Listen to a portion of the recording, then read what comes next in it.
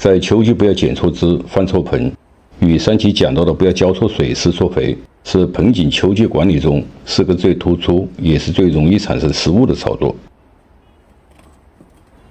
秋季盆景吸收大量的养分，并以枝干增抽的形式储存这些养分，以备足冬季休眠的消耗和来年开春发芽、开花结果的能量需要。剪枝的作用是什么？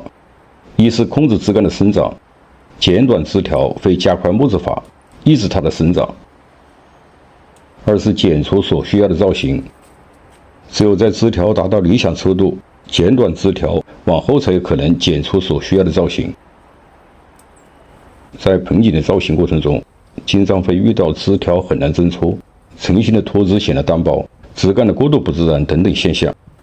问题的出现主要不是种养的本身，而是在培育的过程中没有把握好修剪的尺度，尤其是在秋季经不住凉爽天气的诱惑而剪错了枝。这一棵是培育中的紫薇，这些都是今年生长出来的枝条。到这个时候，枝条增出会明显加快。像这种需养中的枝条不要剪，剪短枝条会加快木质化，往后的增抽就会变得比较难。而且在冬季低温下，这些枝条也容易出现干枯。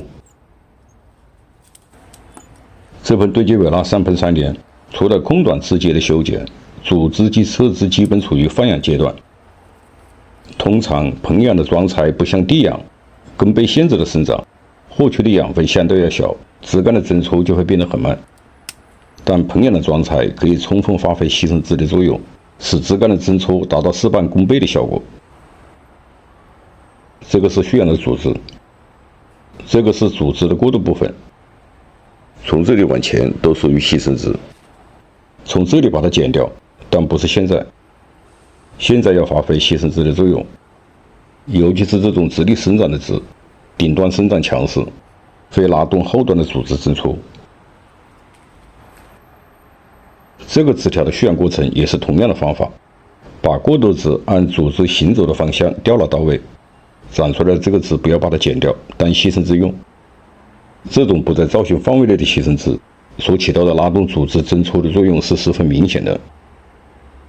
尤其是在秋季，忍不住动手剪，就基本断送了这个枝干成型的过程。除了枝干培育中不要剪错枝，处在树桩成活阶段更不能剪错枝。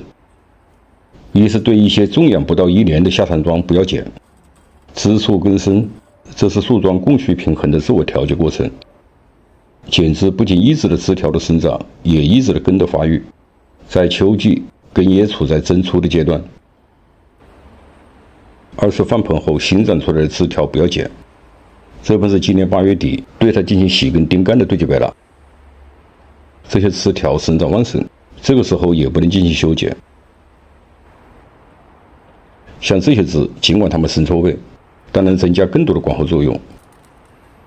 枝条生长会需要更多的养分，就会促使萌生更多的根。枝条与根相互促进，这就是种养下山桩或者放盆后不剪枝的道理。这一盆一直处在半叶的状态养护，枝条现在生长旺盛，就可以浇足水。现在就可以把它放在阳光下正常养护，可以加快枝条和根的生长。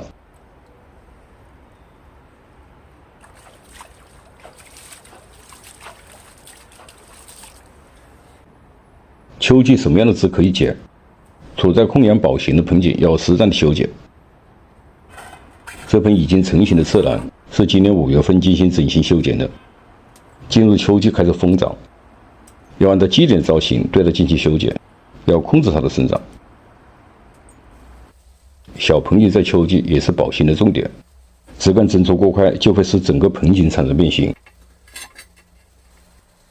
这盆对接白蜡枝干比例正好，顶端的强势指标流，这样会拉动整个枝干的增抽。保型与成型培育阶段的修剪是有区别的，保型更多考虑是剪，成型培育更多的是考虑留。关于枝的去留话题，我想还是留在评论区大家一起来讨论。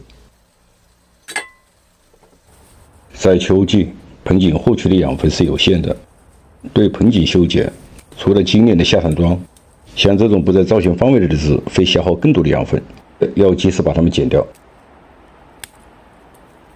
像石榴、金丹子这些开花结果的盆景，秋剪是十分重要的。剪掉过长的枝，加快枝条的木质化，使结果枝汲取更多的养分。这种由嫩芽形成的枝会摄取大量的养分，尤其是在秋季，它的生长速度是很快的。像这种枝也不在造型范围内，都不要留。这是今年6月份补的枝条，这个前端也明显针错，说明这个枝条与主枝完全愈合，从主枝上能获取更多的养分，可以对它进行断奶。秋季修剪与秋季浇水施肥是密切相关的，在高温天气过后，修剪要结合控水进行，要控制盆景，尽量的不要发出球芽，球芽会消耗更多的养分，所形成的枝很弱小，即使能熬过冬天，但受低温伤害，往后的生长也很难有所作为。我是山丘农茶，感谢您的收看，我们在评论区再见。